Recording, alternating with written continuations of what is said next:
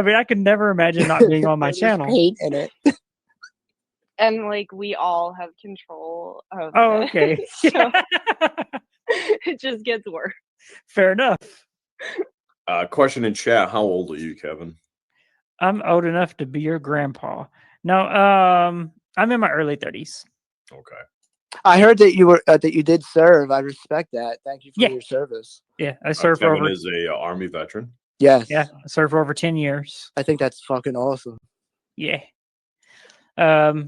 It changed my life, so that was a good thing. So That's cool. And you left as a captain, I believe. yeah, From what I remember. Okay. That's an honorable discharge, unlike a lot of other people on YouTube.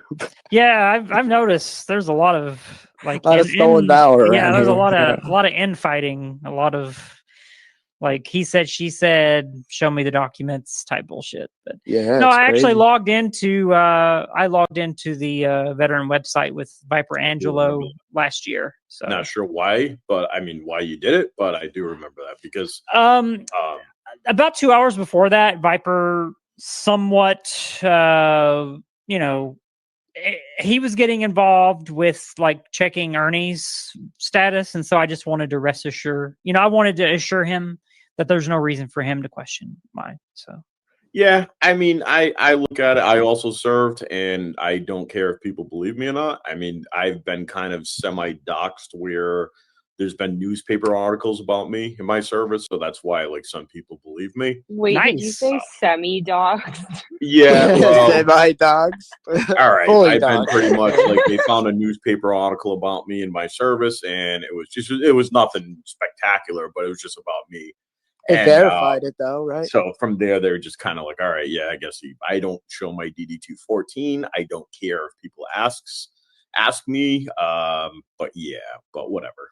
It's like, fuck you. Why do I got to prove this to you? Exactly. I know what I And did to it's this sad country. that people. I mean, we had somebody Yeah. on here that showed her DD-214, and she wasn't smart enough to redact her social security number, and the social security number went out.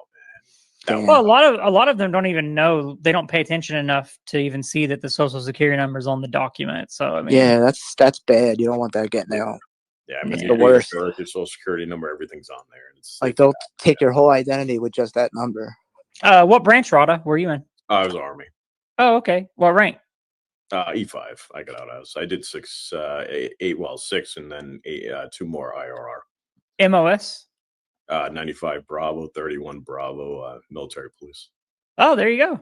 Yeah. Hell yeah. Did you do investigations, or were you just doing mostly 31 gate work? Bravo was what they changed it to before I got out.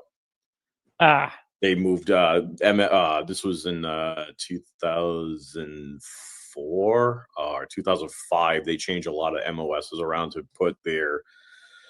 So 95 Bravo was enlisted, 96 was corrections, 31 Alpha was military police officer. So they wanted to put all the MOSs kind of in the same area. So they changed it from 95 Bravo to 31 Bravo. So all the MOSs. Yeah. Yeah. Hey, What was your- Kristen. Hey, what was your Kristen. How MS? are you? 74 Alpha, Seaburn. Oh, okay. Yep. Yeah. Yeah, it was more of a sciencey, dorky, nerdy type specialty.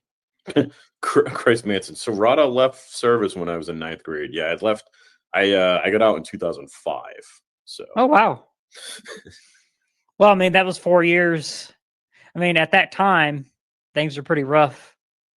Yeah, I mean, I was on my. Well, I mean, so when I think I was on my 2nd deployment.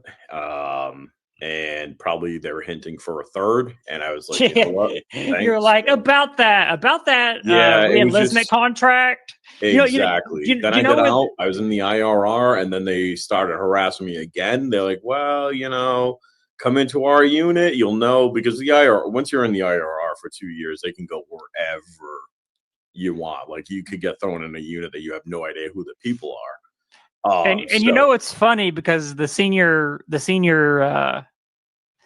NCO, who usually doesn't pay attention to you at all of a sudden has an interest in you. That's how you know your renewal contract is coming up. Is when they want to have that nice conversation with you and talk about your future career plans. Yeah. And that's when most people tell them that they just want to do, a year inactive, or whatever their contract is. So Right. yeah. But no, I didn't do anything crazy. I don't have a cab or anything like that. I didn't. Where did you go, Rada? Like, where were you deployed to? My first deployment was Bosnia for 6 months. Yeah, 6 months, and then Bosnia. Wow. Iraq. Okay. Wow. It's wild. Where'd you go, Kevin? Afghanistan? No. Like I said, I don't have a cab. So. Oh, okay. So you didn't deploy, I guess? Yeah, I don't have a cab, so I don't have a combat action badge. So. Oh, okay. I was just curious. I did go on like smaller missions and things, but it wasn't like a full range deployment. Seaburn's a little bit different. It's more of like a specialty MOS, and there were certain times when I went on like very specific missions, but it was only for a small period of time, like to train a certain unit on how to properly, use their protective masks and CPEP testing and all that crap. So, that's cool. Yeah, that's pretty cool, man. Interesting. I wasn't a grunt. I put it that way. Like, that was more of in a training scenario. You got to have a lot of discipline to go into the military, You really do. I mean, you learn it quick. I guess you adapt. Yeah.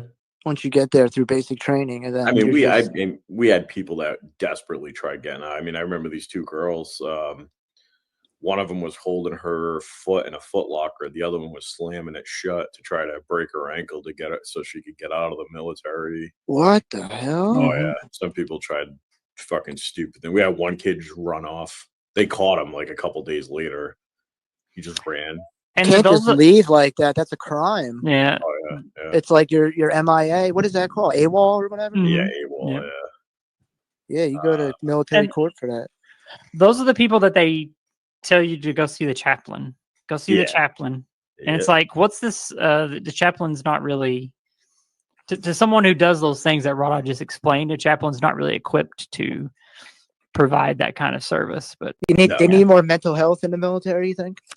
Yeah.